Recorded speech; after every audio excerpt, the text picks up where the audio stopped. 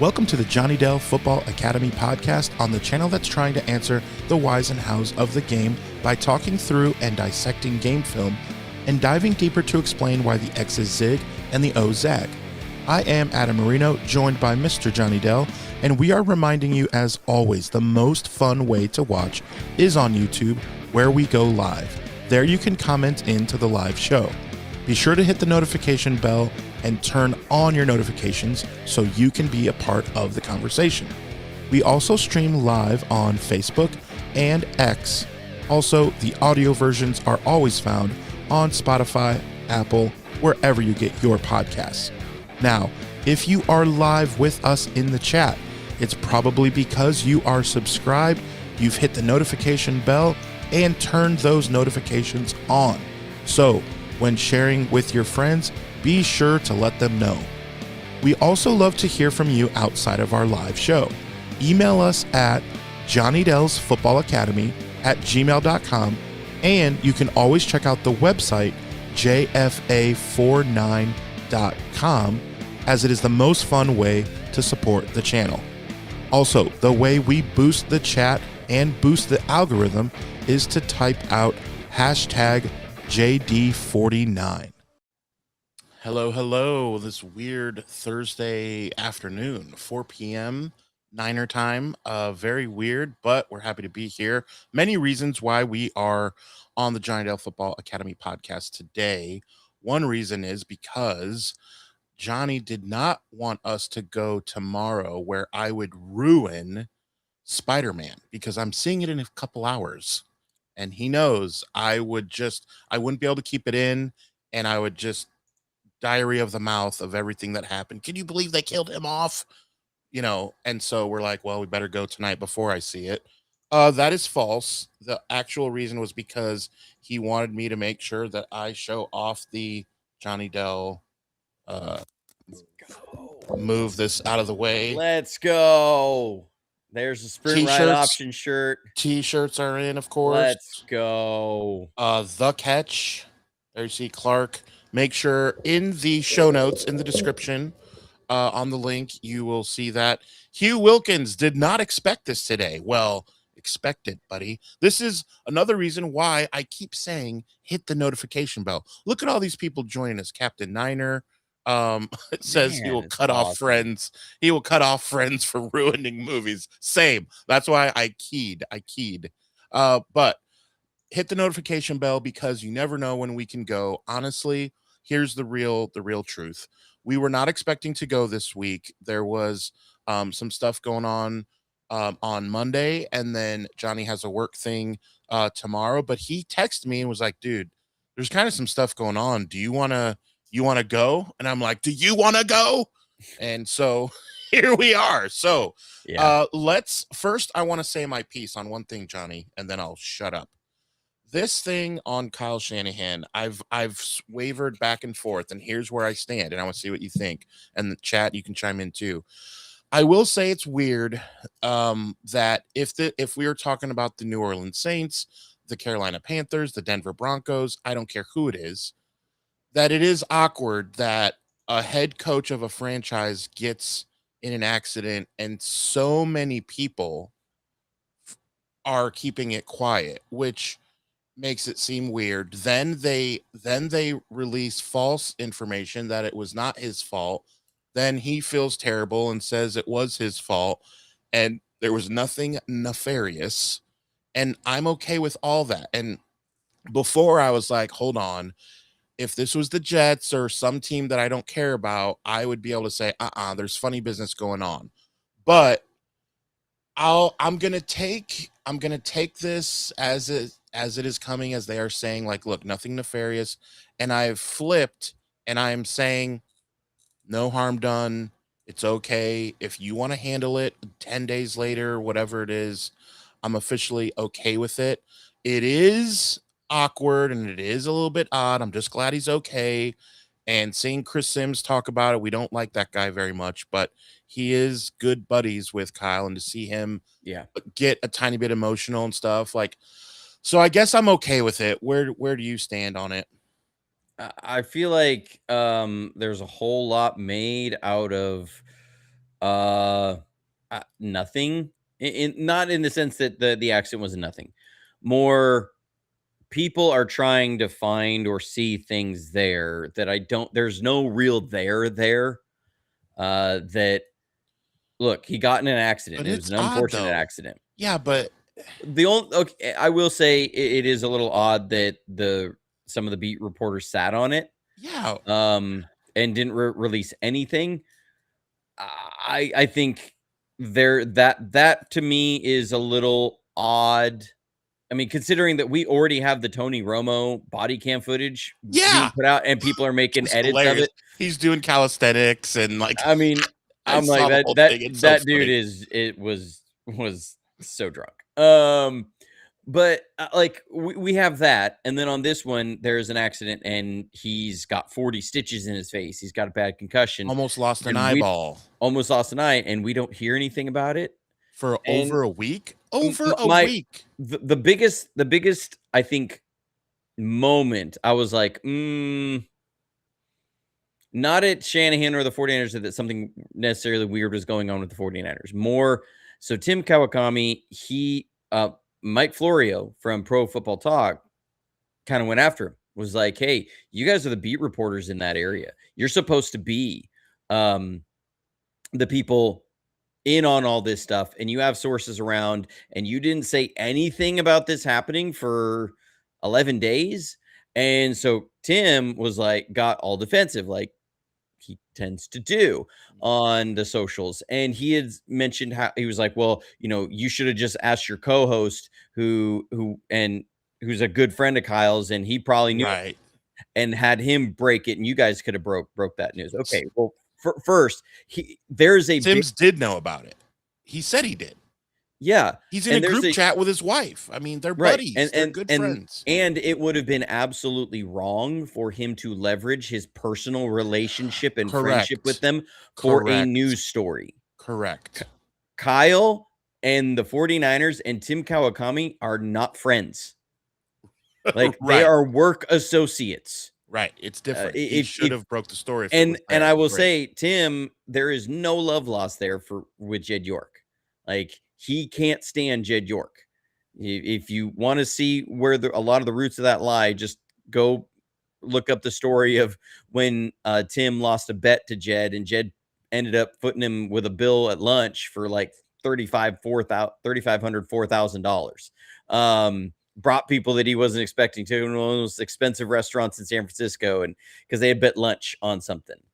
And Tim has been, and I remember Tim writing about that, and he was like, he was very upset about it. And his attitude towards Jed has been that he's an egotistical billionaire who's always trying to screw everybody with money. Like that's been Tim's approach on it ever since. And so they're not friends. So I don't understand with Tim. It's like, okay, you said and he admits he knew something about it, but was like, I didn't know how serious it was, so I didn't want to report on anything. Okay, that's a little weird. That is weird to me. This felt like a situation where the beat reporters were it almost feels like they were trying to take their little vacation, and we're just like, well, all right, we'll report on everything when it's actually announced and there's news to have out there. It just doesn't make sense. But for your defense to be, well, Chris Sims should have leveraged the personal call he got from Kyle's wife about the situation is not okay.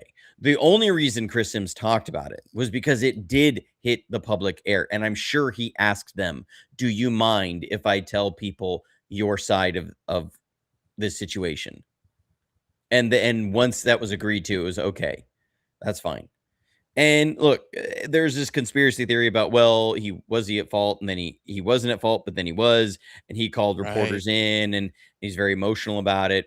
Good on him. Good on him for doing that. And just so I don't know if people in the chat or watching have been in an accident before. I've been in a few accidents before. I've been in one that was ruled my fault. It was not. And I've been in two that were not ruled my fault. And I will tell you Well, two, one that wasn't ruled my fault. The other one, the officer did not cite the other person for being at fault on the scene, even though they were. It was very clear. And that's one of the reasons why he didn't do that, was because he's like, well, you know, this is what happened was I got rear-ended, and I was at a stoplight. It hit yellow. I was approaching it. I stopped. The car behind me was trying to run through it, and they rear-ended me real hard. And I had been in an accident. My dad had been in an accident when we were younger. That officer did not cite somebody for being at fault. The insurance companies fought over it for 3 years, let the statute run out, and didn't pay anybody.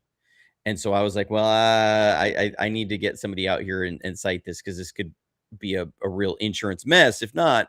So I call the police out there. They're giving me a hard time about it. Well, it shouldn't be out there unless it's over $2,500 in damage.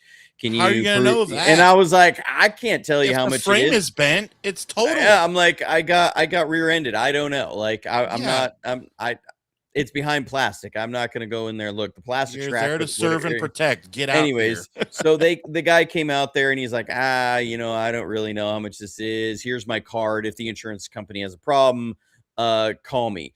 That kind of stuff is common. I've had it where it's been cited. I've had it where, like, what accident that I was cited for was a guy who was trying to pass me and another person as I was going to pass somebody on a country road, and he ended up sideswiping me, and they said I was at fault. And so, like, it's an imperfect system, and a clerical error can happen, and people are acting like it's some sort of conspiracy, like Kyle was leveraging his position as head coach or something. Look, we don't know any of that. What we do know is that Kyle Shanahan was pretty badly injured, and we hope that he can get better as quickly as possible. I don't know if anybody in watching has had concussions before. I've had 3. I had one in junior high when I was hit in the back of the head with a shot put. So if you ever want to know why I am the way I am, there you go. Experienced a concussion there. I experienced a really bad one when I was playing football in high school, my junior year. Got hit. We went face mask to face mask. Everything went white. I couldn't see for a good 5-10 seconds. They were trying to wave me over. Hey, we're over here. Felt like I was going to throw up, really tired, lethargic, all the fun signs. Yeah. And it took me a couple weeks for the brain to start feeling like it was even operating normally again. I would lose train of thought in the middle of a sentence. I would forget what I was what the purpose of a conversation was in the middle of a conversation. I would just stop talking. It'd be like if me and Adam were, and then that's what it was. That's what it was like. I would sit there and be like, I don't know what's going on there. And then I had one that wasn't as bad the next year, but no concussion is minor. I will say, I hope he's fallen, that we made a lot of advancements for protocols for things that can help reduce inflammation in the brain and help things speed up quickly. But it's a thing where I go, man, I hope he can get better soon and he's back with the team. Thankfully, the big question is, what does this mean for the 49ers going forward? And are they going to miss out on him and all of that? And I go, it's not as big of a deal through training camp. Training camp is all about installing your playbooks, dense playbooks. I mean, they got to get through 400 pages of a playbook. And it's just this kind of, it's like a steam engine. Like a steam engine has this power that just keeps going, and there's no slowing it down. And it doesn't seem to matter how much you put behind it. It's still just going to and keep going. That's what training camp and the info that these players are getting during training camp is going to be like. It just keeps mounting and doesn't slow down and doesn't everything. And they get swamped within a couple weeks. And so it's all just about reps. Get your footwork, get the details of everything down, and let's go through this. This is mostly position coach stuff. So as far as head coach, there's player evaluations that are happening to figure out your roster cut down and your top 22, 24. But outside of that, the head coach, once you have a plan that you pretty much put together before you get to camp, Could you say, okay, these are the position battles we're looking at. We want to get these things done with these guys.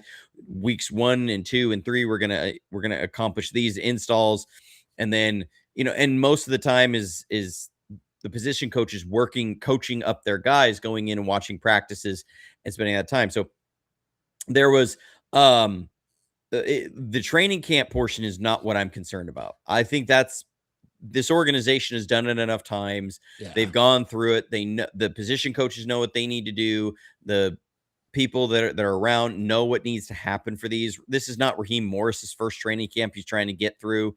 It does add a different layer, I think, for these joint practices that are being scheduled. Does Kyle participate in the joint practice with Saleh? It's going to depend on how he feels.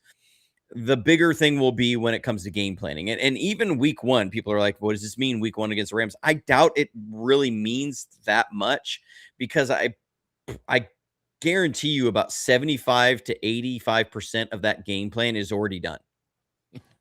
And it's at this point just barring injuries, unforeseen injuries with certain things, which there may already be a deviation from that. We'll get to that later, but exactly, like that week 1 game plan is mostly done. They did that probably right after OTAs and worked on that, because there were certain things that they could look at using that week that they could use the rest of the week or rest of the year. They're going to add into the playbook for installs. So, it's just, I look at it and I go, I don't see it as a big impact now. Come second week of September, if he's still symptomatic, right, that could be a problem. Yeah, and we'll see what leaks out and what stays, where they make it seem like he's fine, and then later we'll see how it goes. Let's get to what we were kind of inferring about, and not Ricky Pearsall yet. I want to jump to real quick a certain person that we usually don't talk about, GC, actually said something that I thought was very interesting regarding your favorite little running back that was drafted. And now with the injury, the depth chart changes. And I saw this clip of Grant being super impressed also with this running back. And I just thought about you and how you've been talking about him, and we've went through the film and all this. And so I wonder, with the depth chart and what things could happen, like, could we be getting actually a little bit excited for our rookie running back? Look, I've been excited for him since the Senior Bowl. I mean, so I know. I like seeing all these positive reports. People are like, saying, wow. Yeah, oh, this guy's good. We're from? like, yeah, we know. This guy actually looks pretty We good. said it here. I'm like, dude, guess what? When you go deeper than just the consensus draft boards, you might find out that there was a reason for some of these things. Same thing with Dejon Stribling. Dejon Stribling has been blowing everybody away so far. Oh, what about the Rams that came out and said that they were right, like the number 1 receiver on their board, supposedly? Yeah, well, it was, I think Schefter said that he felt the Rams thought that Dejon Stribling was the best receiver out there. And I think, like, so with Caitlin Black, I'm like, yeah. I mean, look, I'm not going to take a victory lap quite yet. I'm primed and ready to go. We're talking. It's July still, so there's not a ton to talk about. But I wanted to point that out. The funny thing is, people are like, let's see when the pads go on. I don't believe these guys until the pads go on. And I'm like, I think this kid's going to look better with pads on. Yeah, than he that's does only going to do us more. Because he's such a physical runner. Like, it's only going to help our case. Like, it's only going to look better, I think, when the pads come on. The question marks about him weren't about what he did in the pads. It was, they were worried about, can he catch the ball? Can he run routes and stuff? And that's the parts that they're like, wow, he looks really, really explosive. Yeah, he looked really explosive at the Senior Bowl if you watched it, but whatever.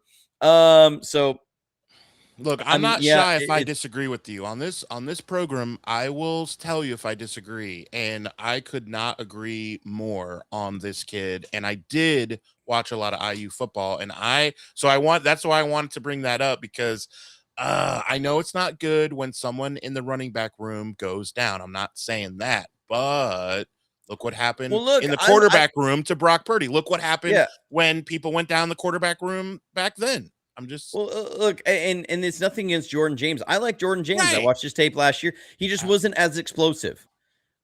His biggest issue that I think was going to be dealing with coming into this year was, could you be more decisive, and could you read it out? And it sounded like he was doing that really well. He's just not quite as explosive as Kalen Black. Kalen Black has better home run hitting ability. Now, his long speed's not as good because he's so short.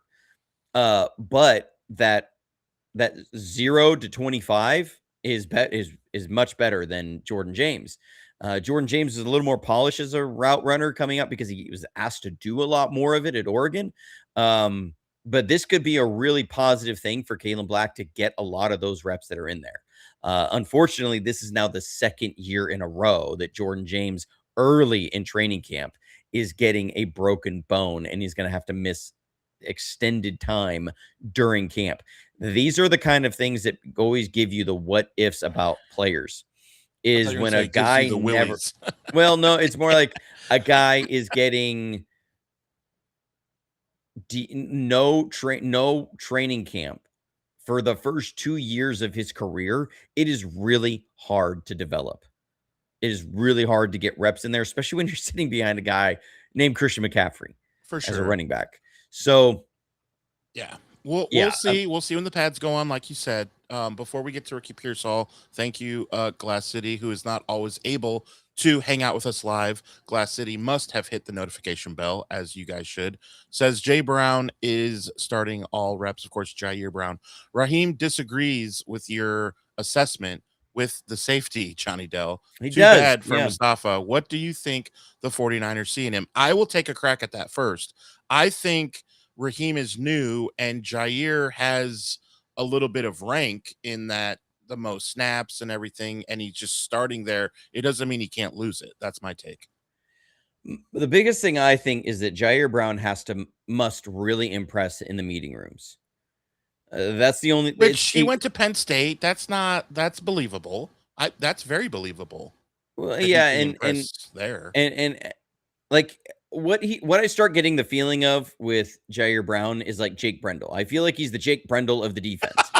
That there's a lot of plays that we all sit there and look at the film, and we look at it and we go, what in the world? What are they looking at? What are they doing? And then Forster's like, and then clearly they can get better. Jake's working hard. He's really moving his feet well, and we like him. And we're like, what? Well, and then like, you talk to like John Feliciano, and he's like, man, the mental side of what Jake Brendel does is extremely impressive. How he runs that offensive line, and that he's able to handle the mental load that they put on him. Maybe. And so like that's what I figure. I go, okay, he must be really like nailing all the scheme stuff.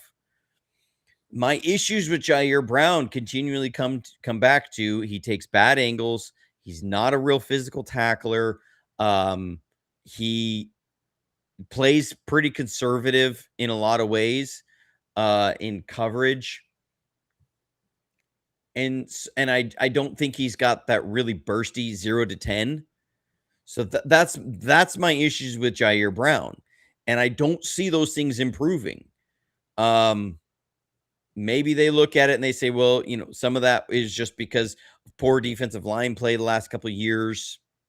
Okay, maybe, I guess I could give you that as maybe an understanding point, but I really think it's just something in the meeting rooms that is impressing them, and how he grasps the scheme.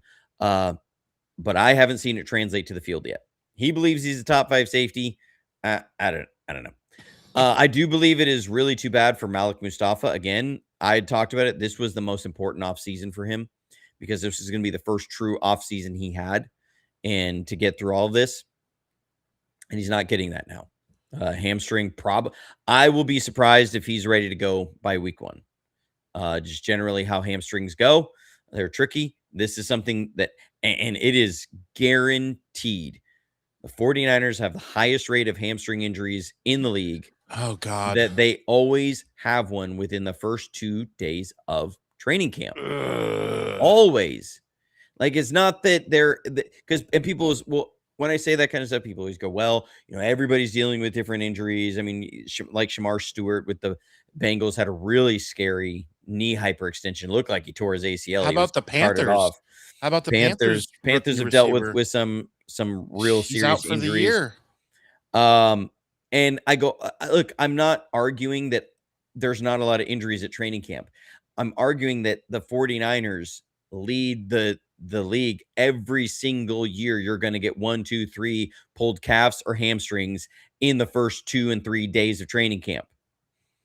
And there are other teams that have that happen. There aren't other teams that perennially have that happen. That it's like that moves around. The average for the NFL on a year is 5 hamstring injuries a year. And the 49ers get one every year starting training camp, usually 2, 3, and 4. There's like, I won't get into it. That everybody knows how I feel about that and the 49ers situation in there. But Mustafa, I think this could be a good thing for Marquis Siegel. He needs that development there. Hopefully he grows into be a player that he's flashed and can be. I feel like he's more of the Jair Brown role, of the free safety role. Malik Mustafa should be your big thumper. Yeah. Clearly they don't feel the same way, or what they're planning to do is scheme wise is not going to be the same, because they want they're having their best 2 tacklers and guys who bring the most physicality from the safety spot. Siegel and Mustafa had been competing. So I like Siegel. He's got to grow, though. And now is a big time to step up, because after him, it's real. Like if he doesn't work out, you do not have good options behind him if Mustafa's not ready to go. Let's move to what we caught people's attention with, the tagline, as we get into some of the more injuries. I gotta be honest, I am not the most up to date on purpose, out of frustration. So you and the chat will have to break down. All I know is it's a knee not resolved yet, and it's possible that he can miss the freaking whole season. I don't know all the ins and outs because on purpose I couldn't get into it. I didn't want to click it, the link or whatever. I didn't want to read it. I'm frustrated. So you help me out, or the chat help me out. So it was he posted a video of him working out a couple of weeks ago, I think it was. And people noticed he was wearing a brace it was a compression brace on his knee. And that started to concern people. They're like, wait a minute, that looks like the same knee that he had hurt last year. Why has he got to wear a compression brace? It wasn't a compression sleeve. It was a compression brace to help stabilize the knee.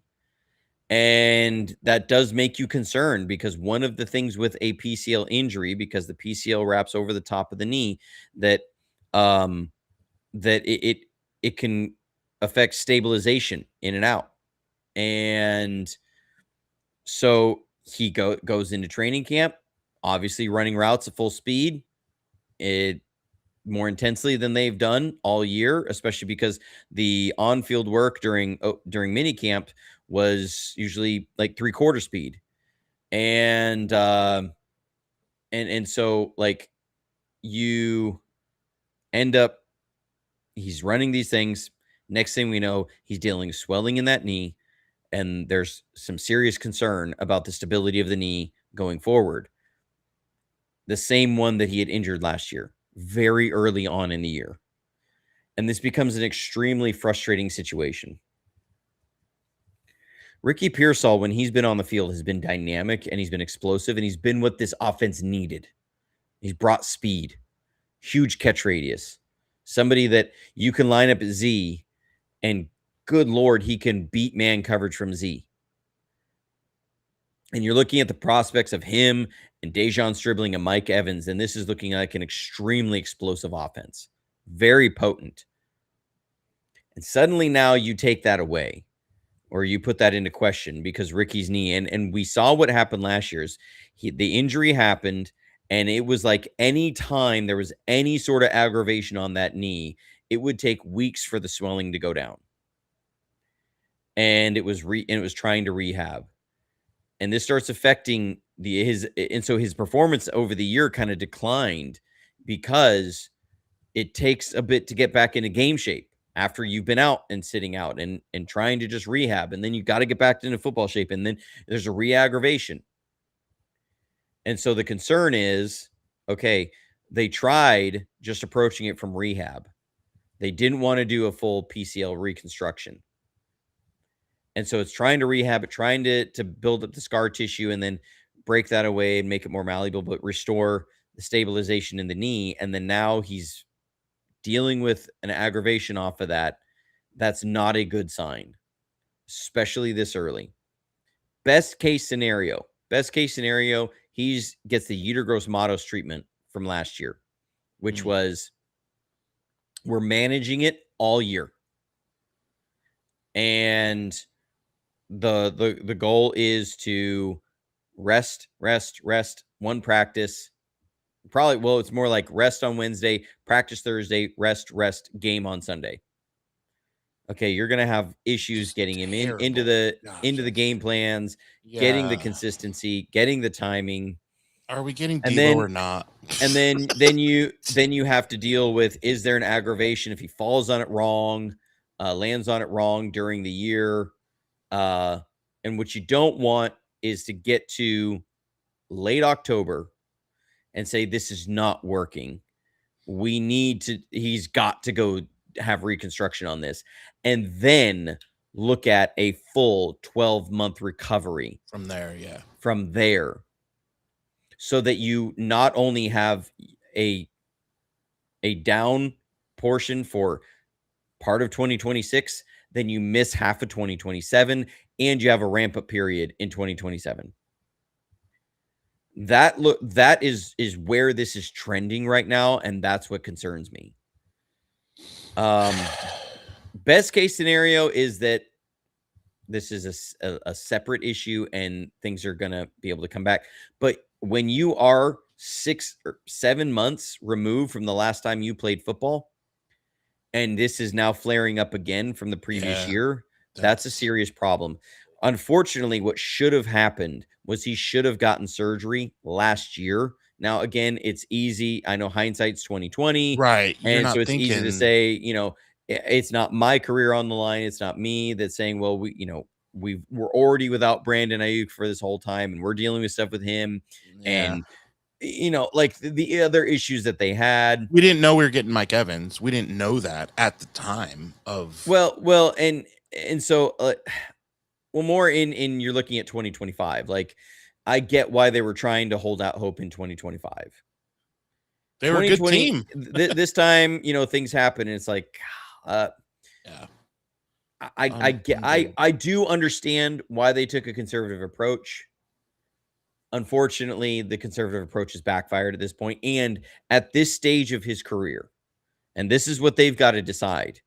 And I think they're on a clock that they have probably another week to figure this out. Are they shutting him down for the year or not? And I would not be surprised if Pearsall is actually actively running around getting opinions. I would not be surprised if he's considering doing what Christian McCaffrey had done when he was dealing with his PCL, which is, going to Germany and getting some more experimental treatment that's there. I'm sure he's probably had these discussions with Christian McCaffrey. We don't know if he may have already done that. If he's, fired that arrow out of his quiver, then surgery is probably the only option here. They need to make a decision soon because he's got to play in 2027. They've got to make a decision. Yeah. Gosh. And first round pick. The only thing that I think can be the saving grace for his career, if he has to go under the knife, is that they will be able to pick up his 5th-year option, and it will be very, very cheap. People think of 5th-year option is a fixed price. It's not. It's based upon games played, games appeared, and that's why they picked up the 5th-year option for Javon Kinlaw, and it was only, I think it was like $10 million for the next season. Right now, his career is trending like Javon Kinlaw, exactly like Javon Kinlaw. And that is my concern with him, is this feels like just a rewrite of that same thing where there's a very promising player with a ton of upside who flashes really impressive things, but can't ever get on the field to develop as a player. Then a knee injury seems to derail his career for 2 years. He has to go under reconstructive surgery. And then when he finally comes back from that, Javon Kinlaw has never fully been the guy he's wanted to be. You can see that there's a limitation from the knee with the reconstruction that happened. That becomes a concern with Ricky Pearsall now. And there just comes a point where you go, "Oh, man. Yeah. This is why we can't have nice things." It's crazy that all this has nothing to do with the fact that he got shot. Like, none of this that we're talking, it would almost be more understandable, like complications from his shoulder or when he got, or like, it's not that. And that is so, just so disheartening. So let's talk about a couple other things that are swirling a little bit. I want to jump to Vita. So Yeah. he wants to jump because he's from California. What are your thoughts there? I think John Lynch should highly think about having a daily dose of vitamins. Oh, I'm glad you people hit the notification bell today because we did not discuss that beforehand. No, we didn't. That's a solid zinger. Look, I wouldn't say no at the right price. Understand, Vita Vea is looking for his last big contract. Yeah. Like, this is the one he's looking at to be his nest egg. So he's going to want large guaranteed money, at least a 4-year deal.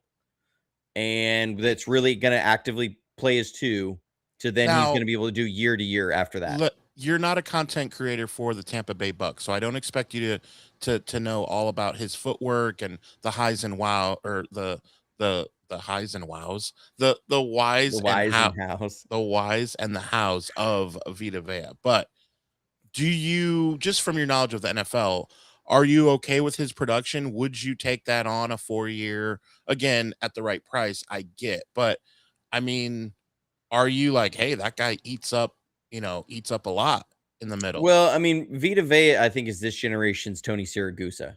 Yeah. Where he is a dude, or Haloti Ngata. Like, this is a dude that is so big, so powerful, so quick in his feet. You have got to have a plan for him, no matter it's run or pass.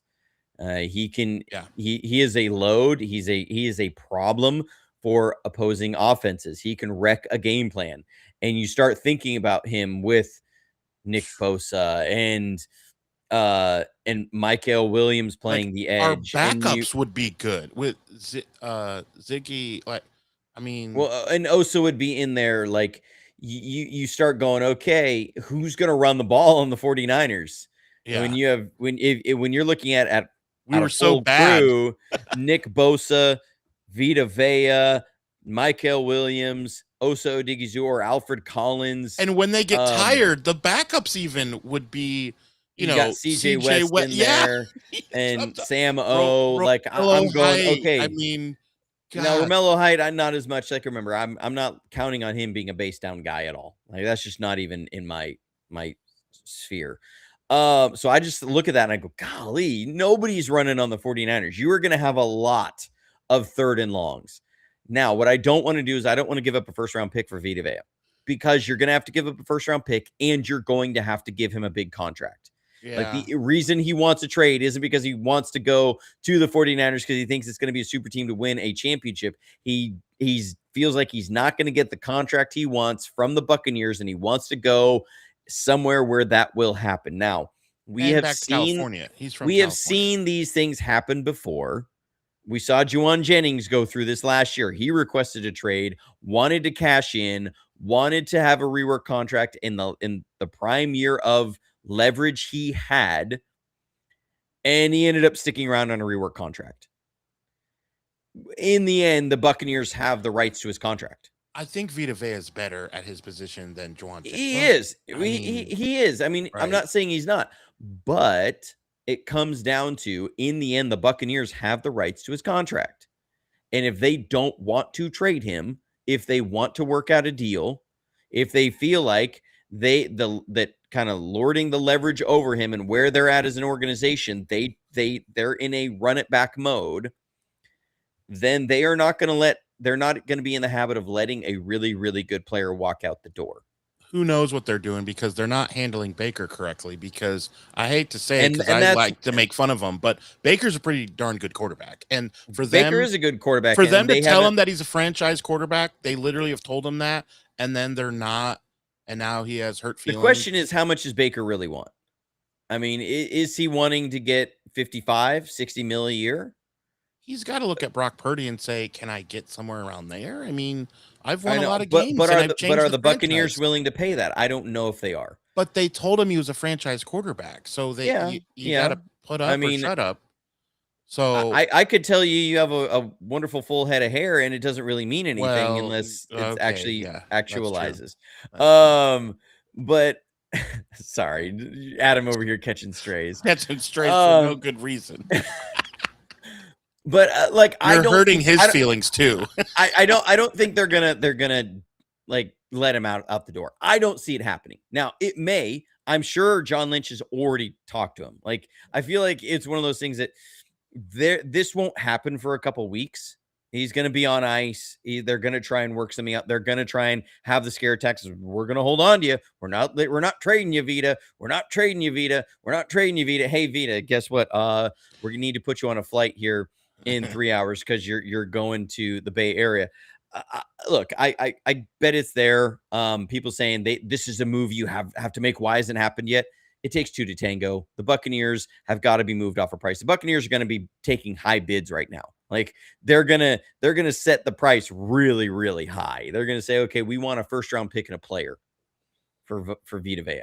And the 49ers are gonna look at that and they're gonna say, no, we're not giving you a first round pick and a player at the beginning of training camp for an aging player that we're gonna also have to give a big contract to. So I would love for it to happen. This isn't a sort of situation like the Myles Garrett situation where there's clearly two parties interested in working this out. But yeah, I think the biggest move that is I'm wondering about going forward is, do we see a return of Deebo Samuel? There are some names out there that people are wondering about receivers because you still have Stephon Diggs out there. He's still available. You have Tyreek Hill, who's still available. And Deebo Samuel's out there. I think your best option out of that group is Deebo Samuel. I know that's going to sound crazy, but hear me out. One, Tyreek Hill just posted an update in July about where he's at, and he said he still has almost no power in his leg. Remember, that guy had a knee dislocation and multiple ligaments that were torn, probably nerve damage in that knee.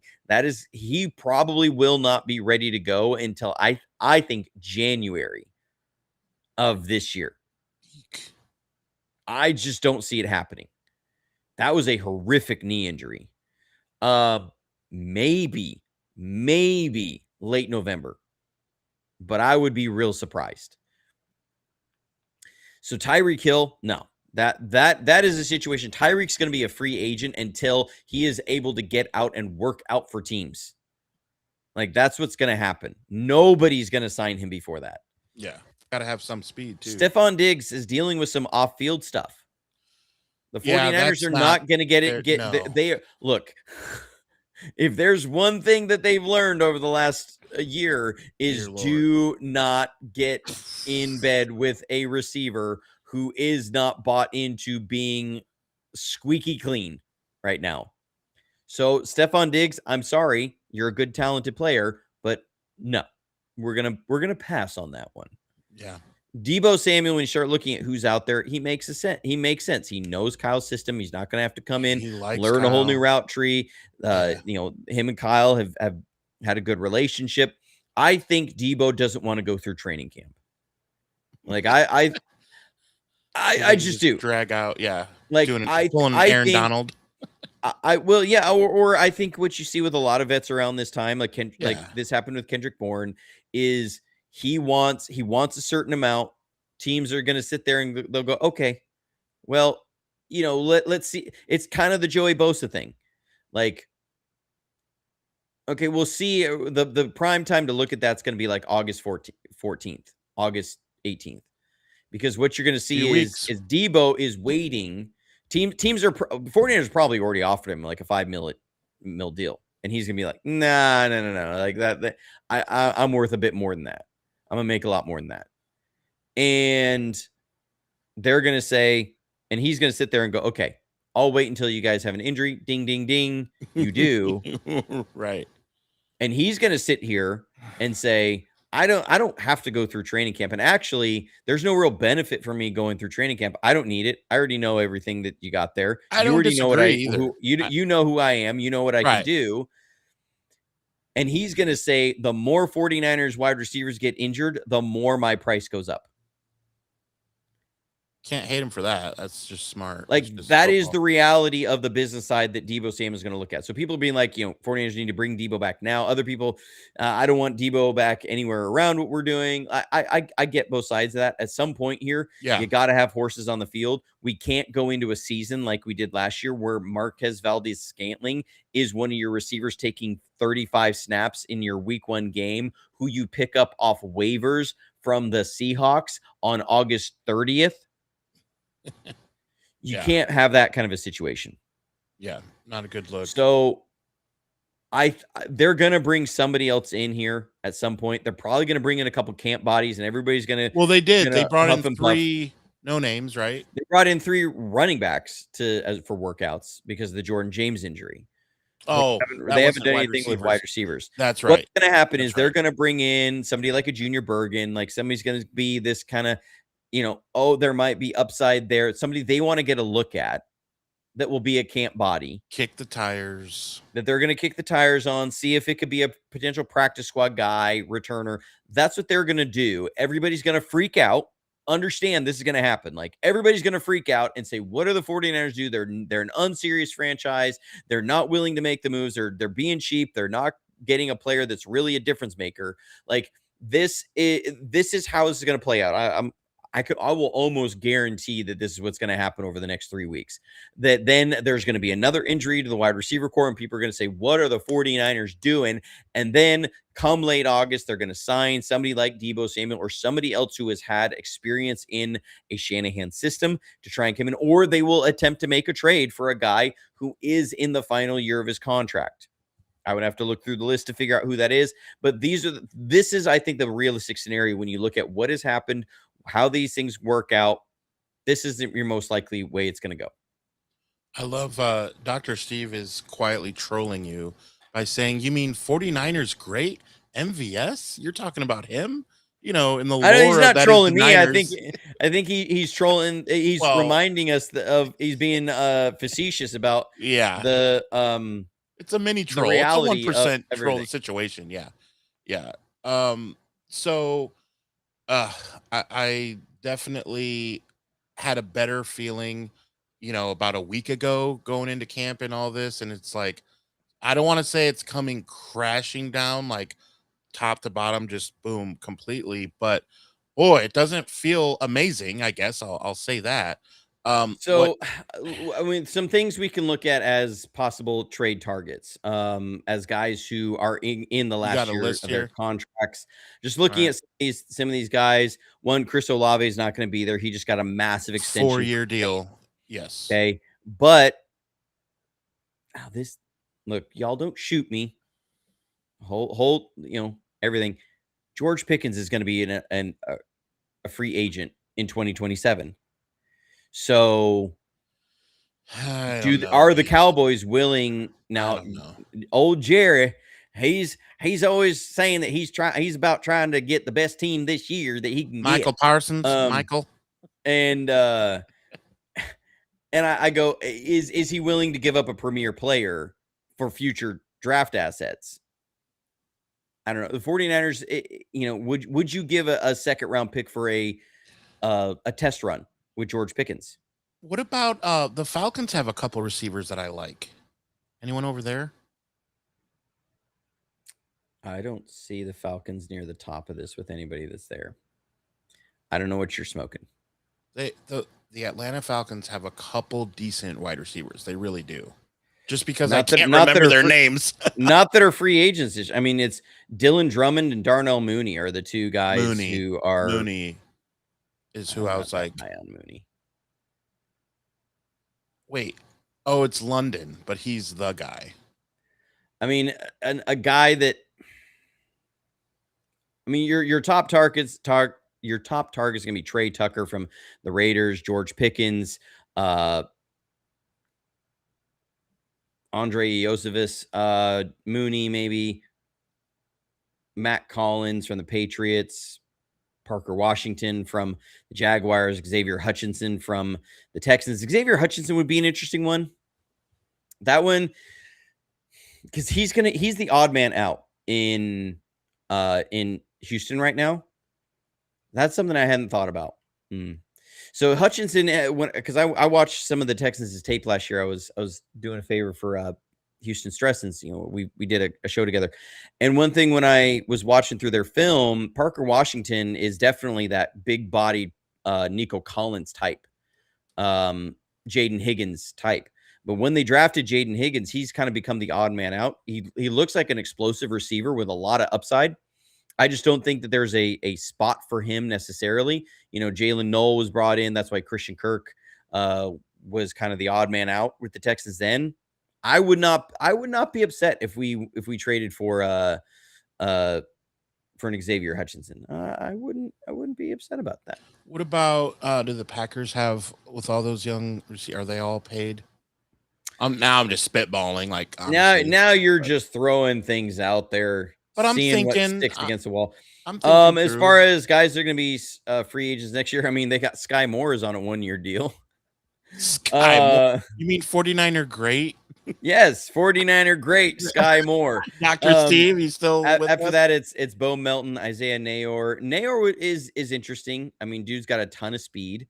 Will Shepard and Brendan Rice, so we could get Jerry's son back here. So, but he's an exclusive rights free agent, so I don't think they're going to let him out there. Same with Nair. He's an exclusive rights free agent, so I don't see that. I mean, I would if a trade target to me, a realistic trade target is Xavier Hutchinson, because there's the relationship between Kyle, John, and D'Amico. They're going to get the inside skinny on who he is. He's probably not going to get re-signed with Houston come this next year. They would be interested in receiving some sort of compensation for him coming back in this draft class, because this draft class seems a really good one.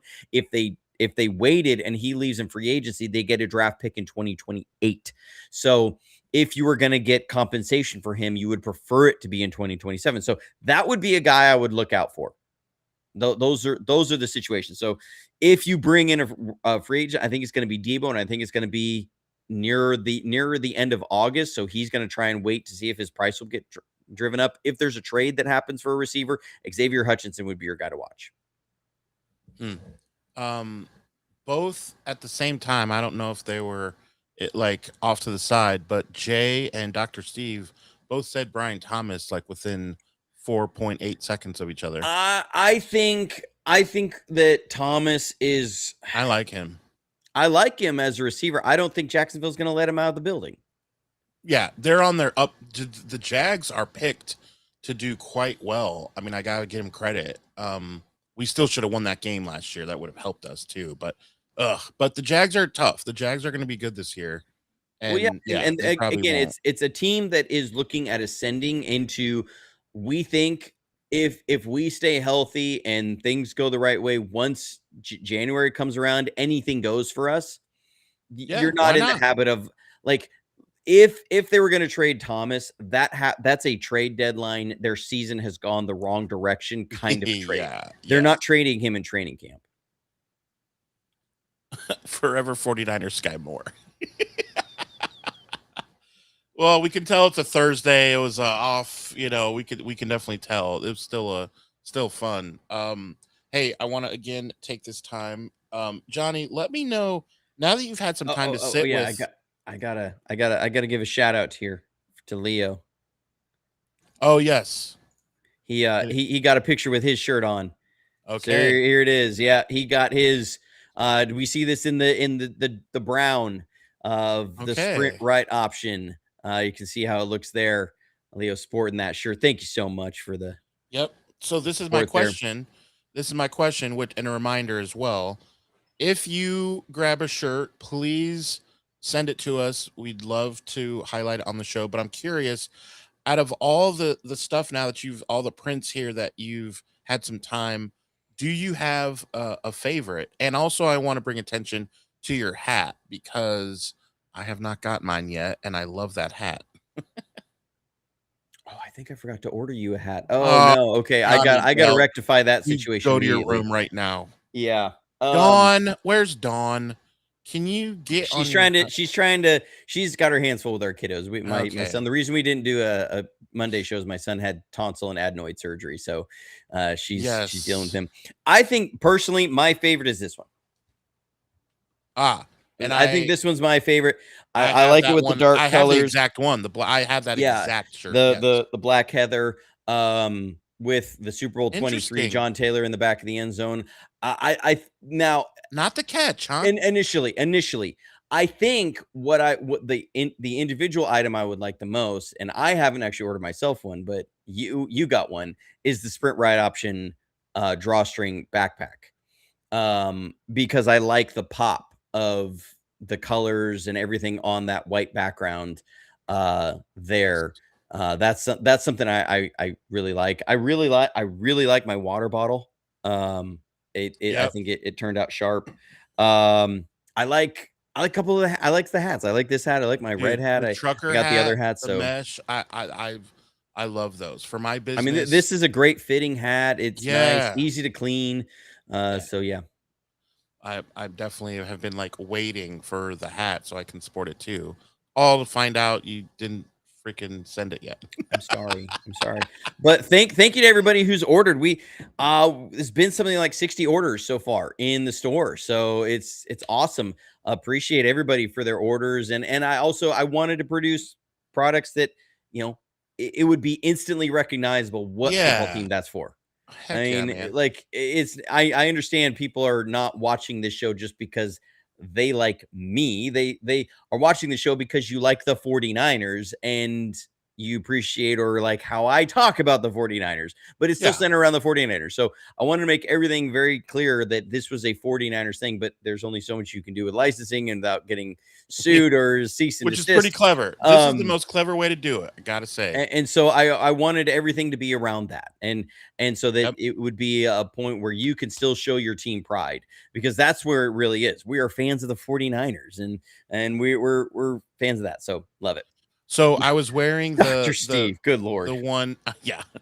I was wearing the one that you have on, and I was at do you guys, I can't remember, first West Coast answer, and Johnny, you tell me in the South. Is there Culver's? Do you know what Culver's is? Oh, I know what Culver's is. Remember, I used to live on the West Coast too. So But do they have it on the West though? I don't remember seeing it when I visited yeah, last. I've never been to one, but I've seen them. Someone say Culver's if you know what Culver's is. But anyway, it's like Dairy Queen or whatever. And I was there picking up some food, and I was wearing the same exact t-shirt that Johnny's sporting right now. And I see a guy wearing a Notre Dame hat. I live in Indiana. That's dime a dozen. Tons of Notre Dame folks. So I said, "Hey man, take a look at this. You recognize what's going on here?" And he kind of takes a look and he goes, Taylor his son goes, "It's not Taylor Swift." And I'm like, "Yeah, no, it's not." I said, "Do you see a first name you might recognize?" And I look up at his hat, and he goes, "What? Joe Montana?" And he didn't get it. And I was like, this is what won us the Super Bowl, when Jerry Rice was quadruple covered and John Taylor's back in the end zone and we beat the Bengals. And he's like, "Oh, wow." And we talked about it for 5 minutes. He's like, "Wow." And he's not a full 49er fan, but it was like, oh man. Oh, yep. Niners 4949 Culver's, Wisconsin custard and butter burgers. They are the bomb. Yes, very good place, Culver's. But it was just a fun conversation. These are conversation starters. You can say, "Hey, there's a YouTube channel. They break down film, and a couple of bozos talk a couple times a week." It's just fun. We'll get back to more of the film on Monday. I'm excited for Monday's show. We ran through it today. I did it with Rob. Again, because I was going to do it Monday on ours, but then everything happened. Yeah. And then I'm out of town tomorrow. But really get into the details of what makes Kyle Shanahan so great, because we hear these things. Kyle Shanahan was just, again, ranked by defensive coordinators as the number one play caller and play designer in the NFL. Best offensive mind. And I just will show everybody why, because he understands, and it's what we've heard from so many different people. They say he understands defensive schemes better than anybody in the league. And it's true. Yeah. When you dive into the details of what these defenses are doing and what they're supposed to do, and then how he leverages these things against them, man, it is just next level kind of stuff. Yep, we love it. So make sure you hit the notification bell. Every once in a while, we do this. I'm going to find out real quick who is interested and as excited as I am. Put it in the chat. I did it first here. Hashtag Spidey. If you are Oh, don't. as My wife stoked- wants to see it so bad. if you are as stoked as I am, here's the Golly. heartbreak. Remember, guys, the world ended almost, and everyone forgot who Peter Parker was. That's how we're going, because there was a spell from Doctor Strange. So, Bro, this isn't the Marvel podcast. but this is why I'm so stoked, because of that awesome storyline, and why I'm so happy in Look, a couple honestly, hours. it was, okay. So Sidebar if real you're quick. excited, put hashtag Spidey. I'm just that curious. was brilliant by Sony, because they had completely leveraged everybody that was up for a new contract on that. Like they did. Like they made everybody expendable through that storyline, because they were starting brand new on, they like refresh everything. So they made all the peripheral characters completely expendable. They could pivot from there. So like fans. I think that was a brilliant move as far as story mechanism. One, they tapped into the nostalgia factor. They like you is Dr. Steve even a real doctor? I don't even know. I don't know if Dr. Steve's even a real doctor. But anyways, they set it all up so that they could then leverage everybody and make a movie going forward. So really, Marvel Idiot Nation. Yes, I will say the Loki series was really good. If you haven't watched Loki series, that was really good. Hands down. Yes. Like they were super, super interesting. Really just a neat way of going about it. I don't think it was quite up there with Andor as far as what Andor was for the Star Wars universe. That was a ridiculously good series. So, but anyways, we're not talking about that stuff. I was supposed to actually be on a podcast with Dre from Dre Area Sports. So Dre, if you're watching, I'm still waiting for that episode to happen where we were going to talk about Andor, and he never followed up with it. And I don't know if he's doing his Star Wars podcast. But I'm just saying. Dr. Steve. Nicole, please give us your report on camp. You said you've never been. I'm excited for you to get to go to camp. Very cool. Make sure that you chime in. Make sure that you have the notification bell dinged so that when we go live, you get notified so that you can come and tell us your experience with camp. That is awesome. Man, just a lot of exciting stuff. It's a whole thing. A lot of exciting stuff. All right, so make sure again that you take your phone, show it to people who are wearing Niners gear. Speaking of Niners gear, this is the Niners gear you should be wearing. And in the meantime, in between time, stay safe, stay healthy, and as always, go Niners.